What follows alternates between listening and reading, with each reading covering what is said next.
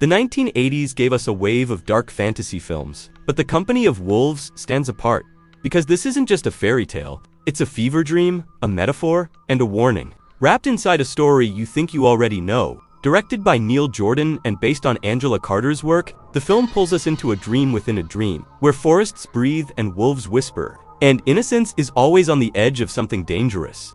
At its core, The Company of Wolves is about transformation, not just physical, even though the movie showcases some of the most imaginative and unsettling werewolf transformations ever filmed, but emotional transformation as well, coming of age, discovering desire, and learning that danger doesn't only come from the creatures outside, but sometimes from the people inside the house. The movie follows girl Rosaline, a young girl navigating a symbolic landscape filled with warnings disguised as stories. Her grandmother, played by Angela Lansbury, represents that old, familiar protective fear. She tells Rosaline that all wolves are bad, but the film constantly questions that idea.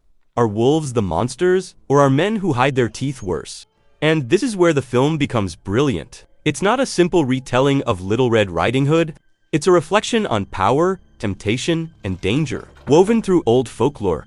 Every story inside the film becomes a warning, a look at how society teaches fear through the tales we pass down to children. Visually, The Company of Wolves is stunning. The sets feel like paintings come alive, with fog drifting in like its own character. The forest shifts between safe and dangerous, always hiding something ancient. And the mix of puppetry, practical effects, and matte shots gives it a handmade magic modern CGI can't match. And the transformation scenes, they're legendary. You don't just see a man turn into a beast, you watch identity peel away. Violently, painfully, symbolically, it's body horror with meaning. But what makes the film memorable is how it blends genres. Part fantasy, part horror, part parable.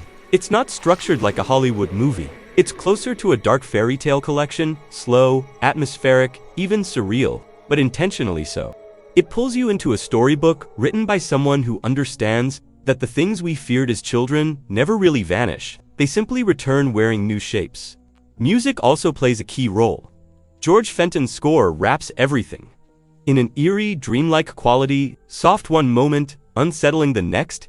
It mirrors the film's themes perfectly, innocence fading into something unknown. For today's viewers, The Company of Wolves might feel unusual, because it refuses to explain itself. It's a film that asks you to interpret it, to see the symbolism, to connect the fairy tale warnings with real-life fears and desires. And Rosaline's final decision, caught between two worlds, the familiar and the untamed, captures that conflict perfectly. The film never tells you whether embracing the wolf is freedom, or a step into danger.